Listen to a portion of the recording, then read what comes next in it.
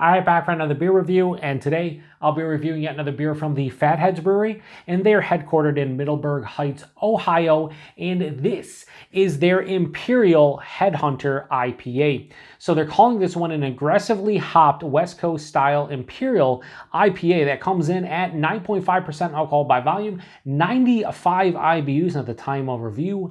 This can is just under 6 weeks old. So we have here one of the newest releases from Fatheads, and it's an imperialized version of their classic Head Hunter IPA. And I don't know if they've released this one before, especially in cans or bottles. They may have done like, a draft only version at like one of their locations. I have no idea. I just know that this showed up recently, and I'm really excited to give this one a go. Now, for a long time, I was somebody who said they didn't love Head Hunter IPA, and I'm kind of still in that boat because I haven't revisited that beer in probably 4 or 5 years, but I did review the wet hopped version of Head Hunter earlier this year. Blew me away. One of the most surprising yet delicious beers of 2023. So when I saw this one, I was like, we're going to give it a go. So yeah, I think this is just an imperialized version of their Head Hunter IPA. They do not list the hops, but the hops for the base Head Hunter, I believe, are Simcoe, Citra, Centennial, Mosaic, and Chinook. So I'd imagine this has a very similar hop profile, if not the exact same one. So let's get it into the glass here. It's going to look like a classic West Coast Imperial IPA. And I'm here for it. So yeah, I'm just excited because again, that wet hopped Head Hunter was fucking divine, and I'm hoping that this is much of the same. Little bit of Dirty Glass Mafia here. We'll do a little bit of shake there. We should be fine. So yeah, that has that dark orange color. Very typical for a West Coast style IPA of any sort. Good clarity.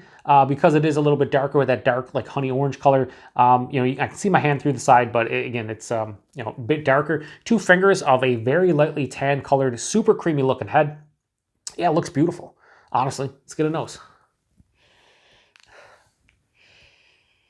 Beautiful. This smells like a sweeter version of Head Hunter or the wet hopped Head Hunter because it's 9.5%. It's imperialized using more malt. It's going to be a little bit sweeter, I feel. In the nose, it has more of like that candied kind of hop note. Candied pineapple, candied berry, has that dank berry kind of quality I get a lot of times with Mosaic. Candied orange. It's just candied through and through. A little bit of juiciness, but it's very candied. And when I say candied, I don't mean it's like crazy sweet, but it's like if I'm sitting here and saying, 3 or 4 different fruits, it's more of a sweeter version of them. So you could say over-ripened, you could say candied, you could say those fruits with maybe a little bit of like sugar drizzled on them. Whatever the case may be, it's definitely to the sweeter side of things. But yeah, pineapple, I would say in order, pineapple, berries, orange. There's an underlying like caramel, bready malt sensation in the nose that's kind of saying, hey, this is going to be a sweeter beer. A very subtle like pine kind of floral essence to the nose. This is just under 6 weeks old. Should be fine. That wet hopped Head Hunter was like I think it was a month old. Man, this smells really fucking good. I can't smell anywhere close to 10% alcohol, which is really nice. Yeah, this smells fucking awesome. Does it smell as good as the wet hopped Head Hunter? Maybe not quite as good, but in that realm. Let's get into it. Cheers, everyone.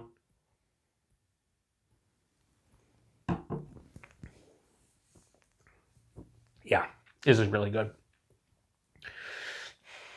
Not as good as the wet hopped Head Hunter off that first sip.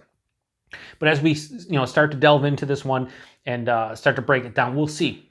But I will say the thing I appreciate off that first sip, complete 180 from the nose, because there is a substantial bitterness on the palate here. This is not too candied or too sweet or too over the top. It's pretty well balanced, maybe leaning more bitter after that first sip. Go second sip, and then we'll go body mouthfeel. Buying this one, higher side medium, low side full, 9.5%. I think it's appropriate. Definitely bigger body than the other Head Hunters I've had in the past. My favorite is, was it Juicy? Juicy Head Hunter, or was that Juicy Hop Juju? I think it was Juicy Hop Juju. That's probably the best beer I've ever had from Fatheads. I don't know. I don't know the correlation I was going to make there, so we're just going to forget I said that. No, I think I was going to say something about the body, but I remember the body being a little bit more substantial, and I think that's what's happening here is at 9.5%. bigger body, appropriate for what it is. The mouthfeel, it's an old school West Coast mouthfeel, so it's crisp.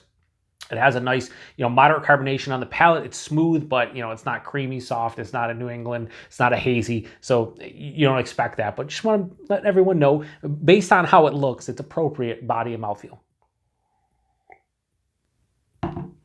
Taste caramel and bready malt at the forefront, dives underneath the palate. Then I get a candied sweet orange, tangerine, something in that realm. Right after that, there's this sweet pineapple that hits as well. But then I get dank berries, and it's like a dank blueberry to me. Dank blueberry for sure. That's the first half of the palate, first maybe 2/3 of the palate. However, on the finish, there is this floral pine note that hits. It is a very resinous pine. This finishes moderately to touch over moderately bitter. It's not over the top, but it definitely kind of like grips the palate, and especially after all that sweet malt character at the front combined with the fruitiness you get from the hops. You're thinking candy, juicy. On the back of the palate though, it definitely 100% evens out and kind of balances out the entire drink, which I think is very welcomed. Yeah, huge pine, resinous pine finish. This one finishes again, touch over moderately bitter, semi-dry, pretty well balanced. 9.5%, a little bit of booze, a little ethanol on the palate. Definitely a big warming into the chest, like I can tell. So it doesn't hide the alcohol well, but I think a lot of people who drink something like this probably don't want it. Because if you're gonna hide the alcohol well on a 9.5% beer, you're probably gonna get in trouble. So if it lets you know, hey, I'm a big beer, you drink 1 or 2 of these, you're done. You're not gonna try to drink an entire 4-pack. And I think these come in 4-pack. When we get to the price and availability, we'll talk about that. But is this as good as the wet hopped Head Hunter for me? No, it's not. Why? I thought at 7.5%, that brought to the table pretty much what this brings to the table, and maybe even a little bit more so at 2% less ABV. That was a very impressive beer. The fact that it's sub 8% and drank like something that was a triple IPA, very well balanced. Just absolutely delicious. Now, when I reviewed Head Hunter, I want to say I reviewed that one back in 2018 or 19. I can't remember now. I give it a 3.75. Why? I never loved Head Hunter, but I never was a huge West Coast-style IPA lover. However, over the past 2 or 3 years, I've really come to enjoy the style much more than I used to. So I think at some point, probably in 2024, I will re-review the base Head Hunter. I don't do a lot of re-reviews, but typically if I haven't reviewed a beer in 4 or 5 years, and it's maybe a style that I didn't love, or maybe a style I really loved and I don't like as much anymore, I like to re-review to see where my palate is. I think I have to do that for a fresh can or bottle of Head Hunter at some point. But I will say that for an imperialized version of that beer, this is pretty much that beer on steroids. That's kind of what this beer is. So let me take one more sip and then we'll get a rating here. Yeah, this is a boozier version of the regular Head Hunter, and I enjoy it. But that wet hopped Head Hunter was on another level, so I don't like this one as much as that. So I gave regular Head Hunter many years ago a 3.75. I gave the wet hopped Head Hunter, I think, like a 4.6. This is going to get somewhere in between, maybe not smack dab in the middle, but pretty close. So Imperial Head Hunter IPA from Fatheads, I'm going to give this a low 4.25 and go 4.2 out of 5. I think that's where this one lands. It's still really good, and I recommend anybody trying this one out if you enjoy the base Head Hunter or you enjoy West Coast style IPAs in general, whether they're doubles, triples, singles. Give it a go, especially if you get Fatheads in your area. This was reasonably priced, despite the fact that I don't remember what I paid for this one. So price point availability on this one, I don't remember. I think this was around like $3 a can, and I think they come in 4-packs. So I would imagine 4-packs of this is probably in like the $13, $14 range. Probably, I think I paid maybe it was like $3. Why am I sitting here trying to guess? I don't know. I think it was like $3.25 to $3.50 for a can. And I think they come in 4-packs. They come in 6-packs, probably a bit pricey. They come in 4-packs, probably in the $13, $14 range. I will say this, almost 10%. It's a really good beer. If it's $3 to $4 a can, that's fine. That's where I'd leave it as far as the price point goes. Now, availability, I have no idea when it comes to Fatheads. If you see Fatheads in your neck of the woods, you should be able to get this one. It just came out. You probably saw this one hit the shelves in like mid-November, mid to late November. So this one should be on the shelves throughout the rest of December. I know a couple of my local bottle shops, they still had this one in. And Fatheads is kind of like a shelfy beer at this point.